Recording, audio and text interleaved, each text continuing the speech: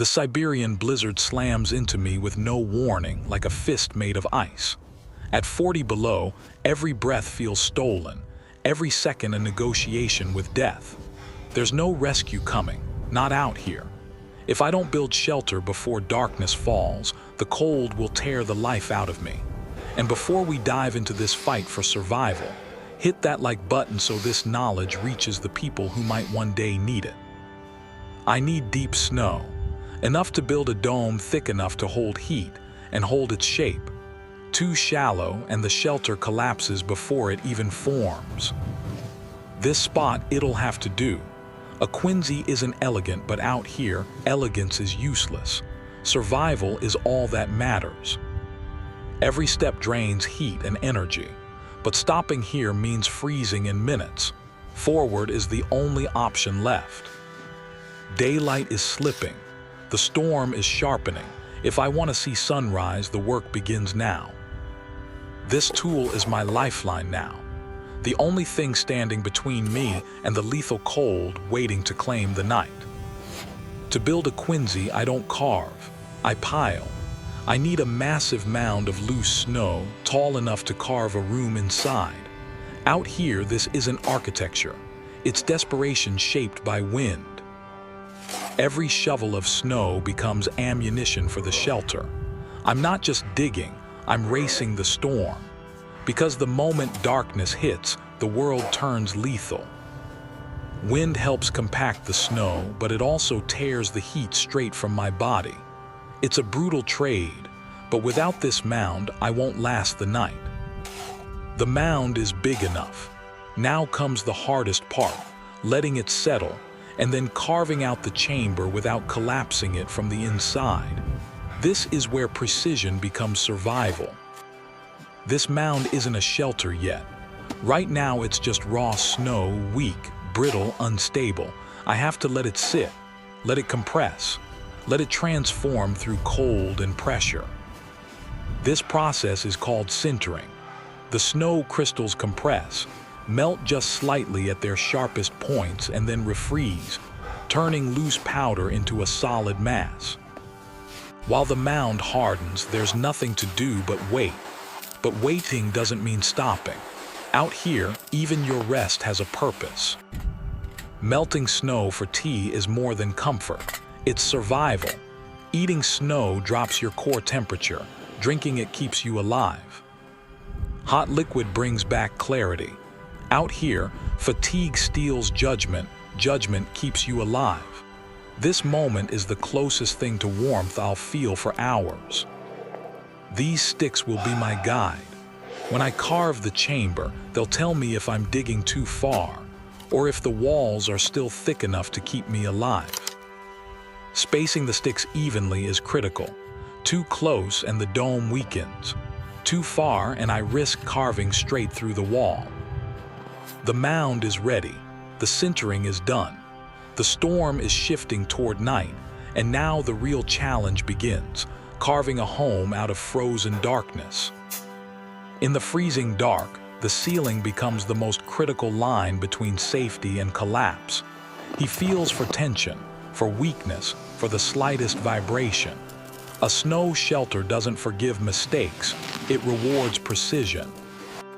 A perfect snow ceiling is dense but flexible, thick enough to hold, soft enough to carve. His touch maps the structure like reading a frozen language. Birch sticks become primitive instruments, simple tools that reveal thickness and safety.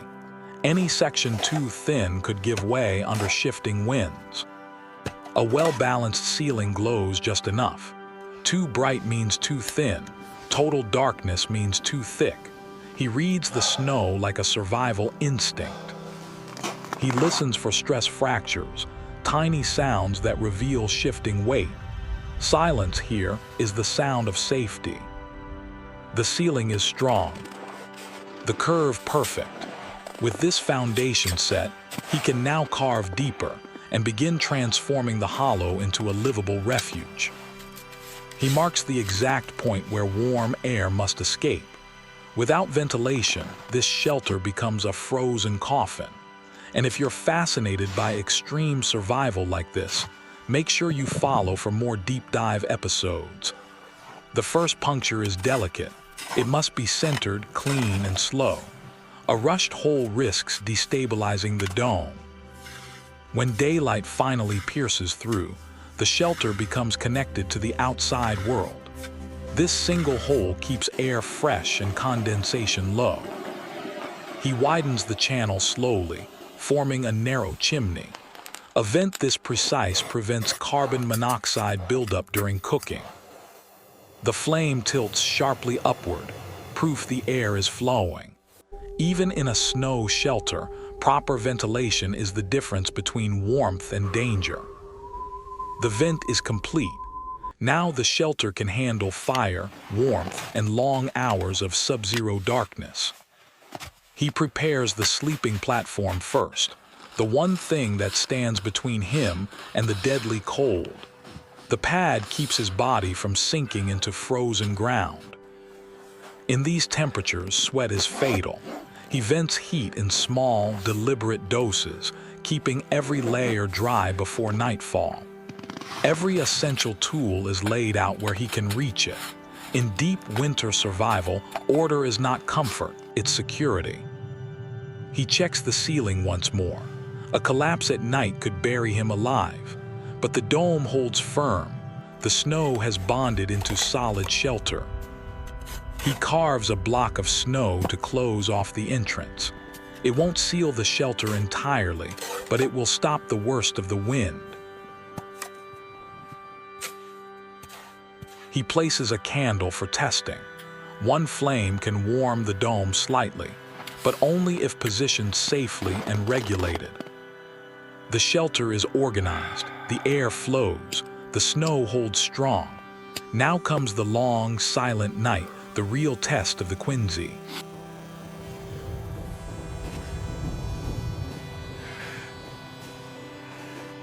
Inside, the storm becomes a distant roar. The candle's glow draws comfort and warmth, anchoring him to life. The stove is checked and ready. Even a small flame inside this frozen dome can mean life or death. He slides into the bag, cocooned against the freezing night. Every movement measured, every breath precious. The candle flickers softly. In this frozen world, even a single flame is a sanctuary of warmth and hope. He listens to the storm's fury outside. Every roar reminds him how fragile life is, but also how strong his shelter has become. Every object, every layer is in place. The Quincy is ready to endure the night, and he is ready too. Inside, the snow dome is a sanctuary. The blizzard rages, but he sleeps in measured warmth, a human fortress of snow and skill. The deep night stretches on. Inside the Quincy, time feels suspended, warmth and stillness protecting him from the frozen chaos outside. One small flame holds the night at bay, casting life across the frozen walls. Every flicker is a heartbeat in the cold silence. The dome itself continues to settle, snow crystals locking in strength. Every detail of this shelter contributes to survival.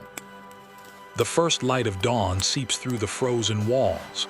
Night has passed, and the Quincy has endured. He stretches gently, testing warmth and mobility. Survival is a balance between rest and readiness. The candle dies quietly. Light now comes entirely from dawn, revealing the shelter's full serenity. He surveys his creation.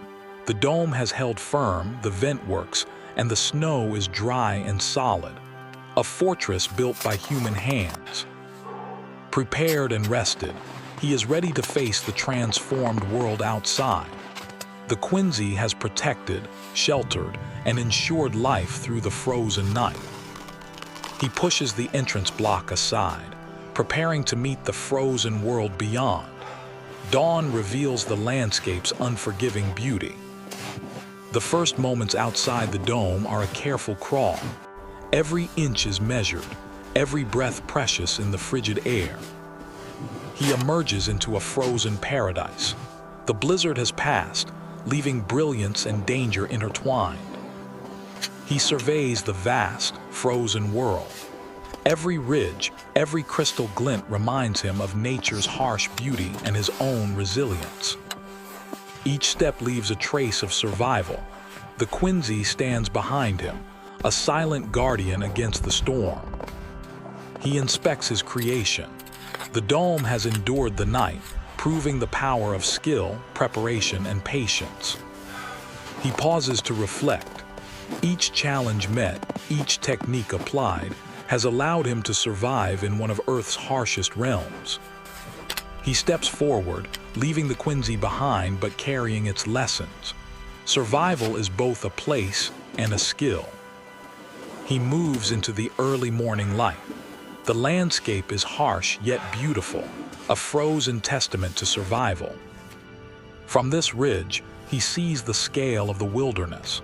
It is a place that demands respect, preparation, and ingenuity. Every step leaves a mark, evidence of human resilience in an indifferent, frozen world. He looks back at his creation. A simple mound of snow has become a fortress of survival.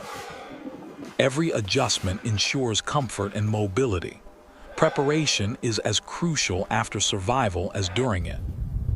He moves forward, each step a testament to skill, patience, and understanding of the frozen world. He pauses to absorb the landscape. Survival is not just enduring. It is seeing, understanding, and respecting the world around you. He steps forward into a frozen masterpiece.